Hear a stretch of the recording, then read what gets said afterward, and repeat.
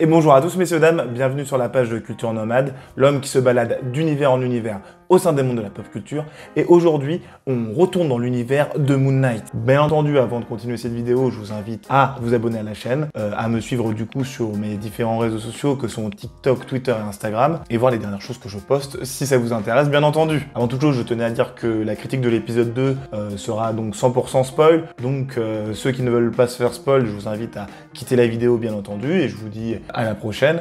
Et si vous voulez avoir un petit avant-goût du coup de Moon Knight épisode 1, n'hésitez pas à aller du coup sur ma chaîne et vous verrez que j'ai fait une critique sur l'épisode 1 avec une partie non spoil et une partie spoil, donc allez-y, faites-vous plaisir. Bon, je vais du coup découper la vidéo en deux parties. Donc la première concernera les points que j'ai appréciés dans cet épisode 2, la seconde sur les points que j'ai moins appréciés et la conclusion, quant à elle, sera tournée vers mes attentes pour le prochain et les prochains épisodes. Bon bah du coup, on va commencer tout de suite. J'espère que vous êtes confortablement installés sur votre siège parce que là, ça va envoyer, je l'espère, du lourd. Ce que j'ai aimé, c'est la manière dont est mis en évidence la potentielle folie qu'ont Steven Grant et Mark Spector.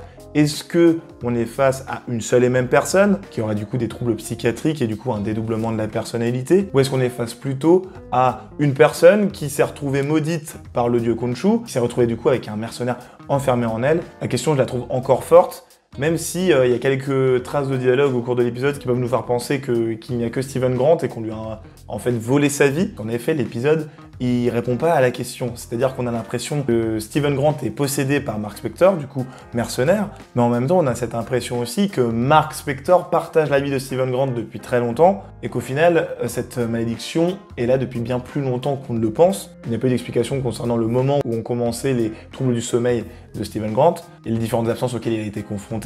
Et du coup, on est en train de se demander, est-ce qu'il est vraiment fou ? Est-ce que c'est en fait tout simplement une personne normale? Ça, c'est un mystère et on a envie d'avoir plus de réponses dans le prochain épisode. Toujours dans cette mise en scène concernant les troubles psychiques qui touchent Steven Grant, c'est la manière dont il affronte l'incarnation d'un loup, donc invoqué par Arthur Harrow, donc chef de la secte d'Amit et avatar de ce dernier. Car effectivement, lorsqu'il affronte ce chacal, ce loup, je ne sais pas exactement ce que c'est, il n'est que lui qui peut voir ce monstre. Et on peut se demander, est-ce que ce monstre existe vraiment? Malgré le fait que Layla balance une bouteille sur ce dernier, on peut se demander en fait, est-ce que c'est pas les pouvoirs de Khonshu, ou plus précisément les pouvoirs de Moon Knight, qui font apparaître cette forme invisible? Et est-ce qu'au final, tout ne se passe pas dans la tête de Moon Knight? Donc Mark Spector, Steven Grant, etc. Enfin bref, il y a tellement de noms, on s'y perd. Et est-ce que cette secte existe vraiment? A priori, Layla, on a l'impression qu'elle a vraiment confronté ces personnes-là, enfin les personnes qui composent cette secte. Donc a priori, elle devrait bel et bien exister. À moins que Layla soit aussi tirée de l'imagination de Mark Spector, ou de Steven Grant, comme vous voulez. En tout cas, je ne sais pas pourquoi, mais je m'attends à ce qu'on nous mindfuck dans les prochains épisodes. Donc je préfère me préparer à toute éventualité. Et par ailleurs, même le côté invisible de cette créature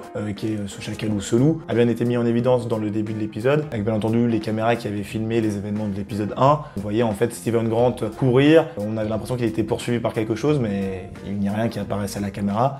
Donc ce côté invisible est encore mis en évidence et on se demande si il est fou, tout comme d'ailleurs son RH qui lui dit n'hésitez pas à aller consulter quelqu'un, on est là pour vous aider, patati patata. Second point que j'ai bien apprécié, c'est le fait que Arthur Harrow, interprété par Ethan Hawke, ait été en fait un ancien avatar de Khonshu et qu'il s'est en fait a priori désolidarisé de ce dernier en voyant que sa vision de la justice était un peu trop lente à son goût, car pour lui Khonshu, il attend en fait tout simplement que les crimes soient commis pour les punir, un peu à l'image de notre société, donc on attend que le crime soit commis avant de le punir bien sûr, et lui il considère plutôt qu'il faudrait avoir une justice préventive qui permette de juger les crimes avant même qu'ils n'arrivent, comme ça il n'y aurait pas de désespoir, il y aurait moins de blessés, moins de morts, etc. Mais bon, même ce débat est un peu plus compliqué qu'on ne le pense, car Steven Grant, en confrontant du coup Arthur Harrow sur ses idéaux, en fait Steven Grant lui dit mais on va punir quelqu'un alors qu'on n'est même pas sûr qu'il va commettre le crime, et cela implique du coup des innocents vu qu'ils n'ont pas commis de crime, et ces innocents-là peuvent aussi du coup être des enfants, des bébés, et là on se dit mais est-ce qu'on est capable, nous en tant qu'humains, de tuer des bébés, même si on avait par exemple un bébé Hitler à côté de nous, est-ce qu'on serait capable de l'éliminer? Parce que cet enfant n'a même pas commis de crime, et on peut même se demander si à la place de les juger, il n'y aurait pas plutôt un moyen de les faire changer et d'éviter que cette situation arrive, donc la situation où un crime serait commis. Donc là encore, ça ouvre beaucoup de débats, que là j'aille encore un peu plus loin que ce qui a été dit par Steven Grant. On peut se dire, est-ce qu'on peut pas tout simplement aider les gens plutôt que les éliminer directement en pensant qu'ils sont insoignables, irréparables ou irrécupérables même, on peut le dire. Donc c'est un autre débat encore et je vous invite bien entendu à me donner votre avis dans les commentaires concernant cette question assez large. Autre point que j'ai beaucoup apprécié, c'est le fait déjà avant toute chose qu'on voit un peu plus Moon Knight,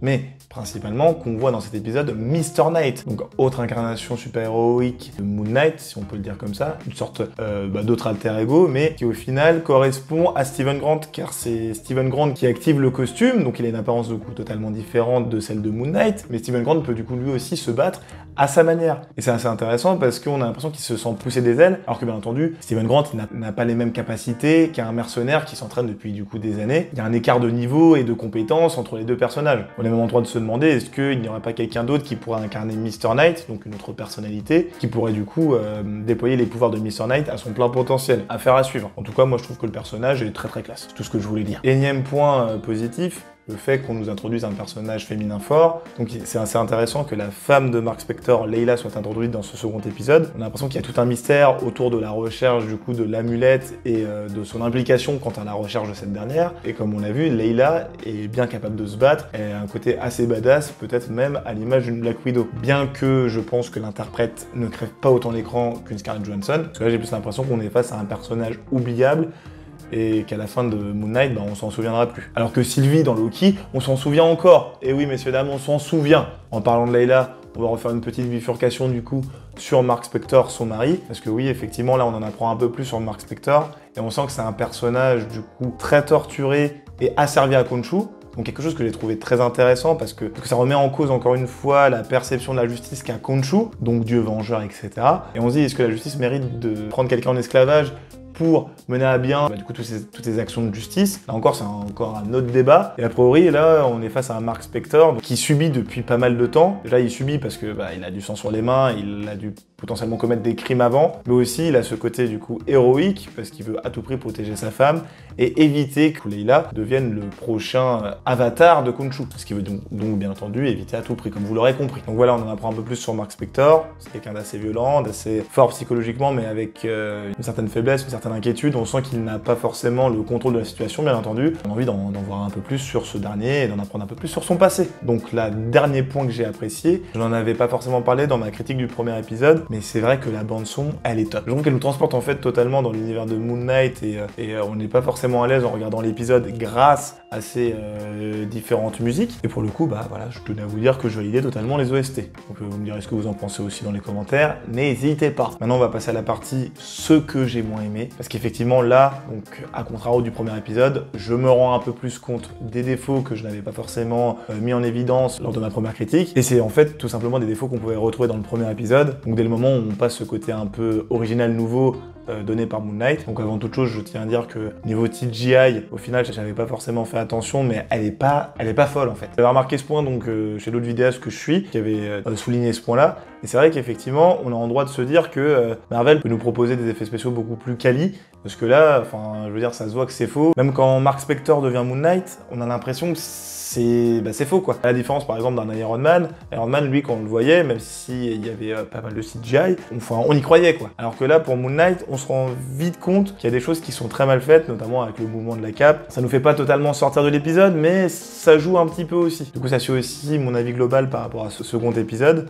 C'est-à-dire que j'étais un peu moins investi, voire beaucoup moins investi que dans le premier. Comme je vous le disais, passer ce côté un peu original et nouveau. Mais bon, ça se tient aussi vu que c'est le second épisode. C'est beaucoup plus difficile d'avoir une qualité plus impressionnante que lors du premier épisode. Donc là pour ce second, j'ai été un peu moins dedans malheureusement. Donc aussi, point que je voulais évoquer, malgré le fait qu'il y ait encore tout ce mystère autour de Mark Spector et Steven Grant, j'ai l'impression au cours du second épisode, on nous a déjà beaucoup montré de choses, donc même peut-être trop. On connaît déjà le passé d'Arthur Harrow, on sait que c'était un ancien avatar, ça ils auraient peut-être pu l'amener un peu plus tard. Et même le rôle de l'amulette, le fait que ce soit une boussole qui permette de localiser le tombeau d'Amit et donc pour ensuite le ressusciter. J'ai l'impression qu'en fait on nous a donné énormément d'informations et est-ce que c'est pas un peu trop pour ce second épisode? Après on n'est pas à l'abri du fait qu'on nous révèle énormément de choses pour ensuite remettre en cause tout ce qu'on a vu lors des premiers épisodes, du coup dans les épisodes 3, 4, 5, 6 et nous dire que tout ce qu'on a vu au début, bah en fait c'était du flan. Donc mieux vaut attendre aussi les autres épisodes, voir si ces révélations n'étaient pas arrivées un peu trop tôt. Donc pour l'instant c'est une critique à chaud bien sûr,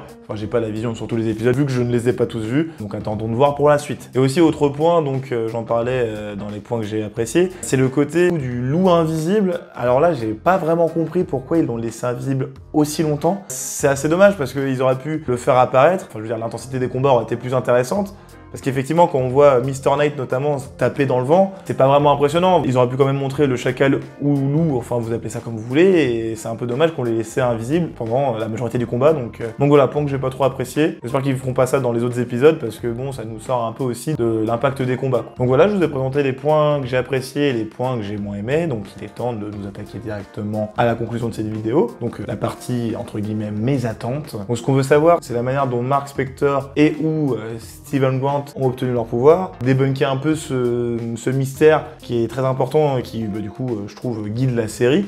On a envie d'en savoir plus donc par rapport à ce point-là, avoir des infos. On veut aussi les événements déclencheurs qui ont poussé Arthur Harrow à remettre en cause la volonté du dieu Khonshu et voir comment il a pu être amadoué par le dieu Amit. Donc on a envie peut-être aussi de le voir enfiler le costume, avoir une vision de son passé et du pourquoi, du comment il s'est retrouvé à devenir le premier avatar d'Amit. Et ce que je veux voir aussi du coup c'est Amit en CGI, peut-être qu'il va être ramené à la vie. Je pense qu'il va être ramené à la vie dans cette saison et qu'on aura un petit combat assez intéressant entre les deux avatars à leur pleine puissance. Et aussi c'est quelque chose que j'ai envie de voir tout particulièrement. Et je remercie les autres vidéastes que je suis qui ont pu voir les épisodes 1, 2, 3, 4 de Moon Knight du coup en avant-première parce que du coup qui parlent tous en fait de l'épisode 4, le fameux épisode 4 de Moon Knight, et ils arrêtent pas de nous dire que c'est quelque chose qui va remettre en question toute notre vision de Moon Knight, et donc de la série, tout simplement. Donc j'attends cet épisode 4 avec impatience, plus que 2 semaines d'attente, et on verra du coup si cet épisode 4 vaut le coup ou non. Donc voilà messieurs, dames, je vous ai donné mon avis sur cet épisode 2, j'espère que ma critique vous aura plu, n'hésitez pas à laisser votre avis dans l'espace commentaire. Donc bien entendu, je vous invite à me suivre sur ma page YouTube, donc n'hésitez pas à vous abonner, à partager la vidéo, à en parler autour de vous, etc. Vous pouvez me suivre aussi du coup sur TikTok, Twitter et Instagram. Donc voilà, c'est @culturenomade, rien de bien compliqué. Allez, si vous voulez même me poser des questions, on peut échanger directement sur Insta, Twitter et j'en passe, voilà, n'hésitez pas donc. Et je vous donne du coup rendez-vous la semaine prochaine pour la critique de l'épisode 3. Je vous souhaite à tous une bonne journée, un bon après-midi, une bonne matinée aussi peut-être, et une bonne soirée. Et je vous dis à la prochaine dans de nouveaux univers. Salut!